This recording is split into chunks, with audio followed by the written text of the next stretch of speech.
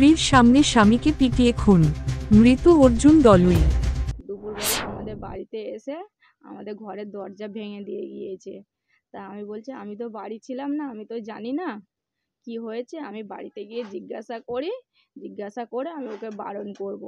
ওনারা তখন বলছে যে এরকম করছে, এখানকারের জামাই এরকম করছে, আমরা কিন্তু ভালো চোখে দেখছি না, ওকে কিন্তু মারধর করব, এই করব সেই করবো, মানে হুমকি দিচ্ছে যাকে বলা যায়।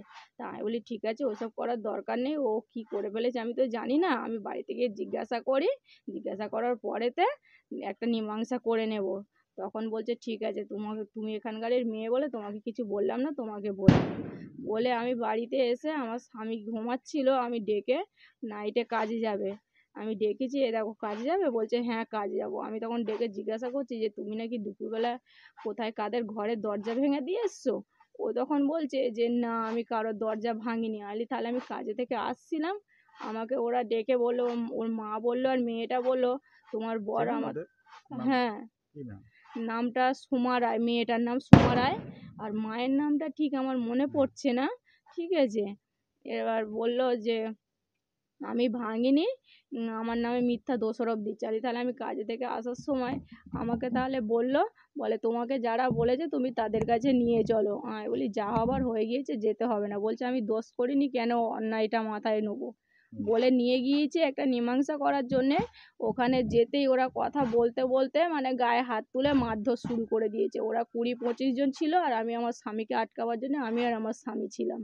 সবাই মিলে ধরে ওনার মানে যারা আমাকে মেরেছে ওটা একটা পুরো ফ্যামিলি ছিল, 5 জন ছিল, আর আশেপাশে যারা ছিল সবাই ছিল 20-25 জন মিলে। মেরে এমন মারা মেরেছে, আমার স্বামীকে পুরো মেরে মেরে ফেলে দিয়েছে। আমি একা থাকাতে পারিনি, আমাকে ঠেলে ফেলে দিয়ে ওরা খুব মার মেরেছে আমার স্বামীকে, আমি কিচ্ছু করতে পারলাম না। আমার চোখের সামনে আমার স্বামীটাকে মেরে ফেলে দিল।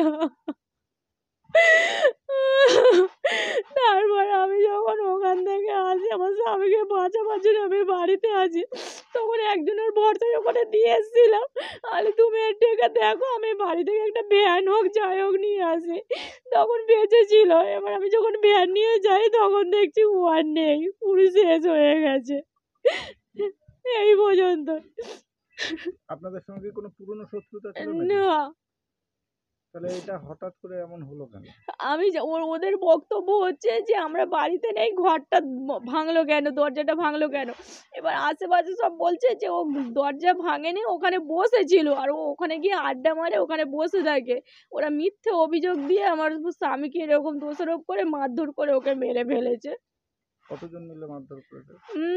ওরা এমনি 5-6 জন ছিল, আর আশেপাশে যারা থাকে তারা 20-25 জন মতো ছিল এরকম। সবাই মিলে মারলো? হ্যাঁ, কেউ থাকায়নি।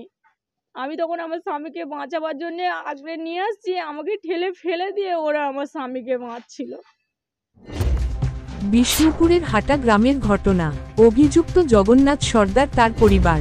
পরে ওই মারপিট হয়েছে এসে শুনলাম, শোনার পরে এবারে গেলাম, দেখি ওখানে সব ওখান থেকে দাদারা বলছে সব পুলিশ এসছে। আসার পরে আমরা যাইনি, চলে এসেছি।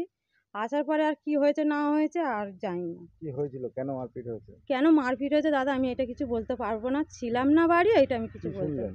কি শুনলাম মানে আমি কিচ্ছুই জানি না, শুধু শুনলাম ওখানে মরে পড়ে আছে, এইটু শুনলাম, আর কিছুই শুনিনি। কে মরে পড়ে আছে? একটা ছেলে মরে পড়ে আছে, ওই যে ওই পাড়ায় বাড়ি জামাই, ওই পাড়ার জামাই। এখানে কেন এসেছিল?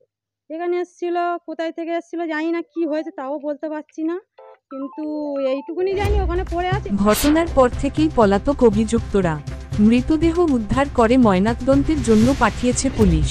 বাড়ি থেকে এসে সাইকেল নিয়ে যাচ্ছি, ঠাম্মারা কিছু পথ পৌঁছেছিল, আমি গিয়ে ওখানে গিয়ে দাঁড়িয়ে দেখি না ওই পিসেমশাই শুয়ে আছে, চোখ মুখ হাঁ করে দিয়ে। তারপরে আর ওই লোকটা এরকম গামছা নিয়ে মশা তাড়াচ্ছিল। তারপরে আমি ছোট্ট আমার আসলো, তারপর আমাকে জল আনতে পাঠালো। আমি বলি সবার, আমি সঙ্গে সঙ্গে ফোন টোন করে দিয়ে সব লোকজন ডাকলাম, আমার দাদাদের। ততক্ষণে পিটিয়ে মেরে দিয়েছে? হ্যাঁ, ততক্ষণে মেরে দিয়েছে। যারা পেটালো তারা কোথায় ছিল? তারা বাড়ি থেকে পালিয়েছে সব। আমার দাদুরা সব ওখান থেকে কাছ থেকে আসছে, তারা নাকি দেখেছে, সব বাড়াইছে।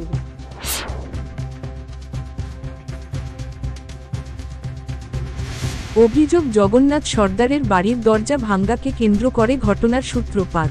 মৃন্ময় নস্করের রিপোর্ট, জেলার বার্তা।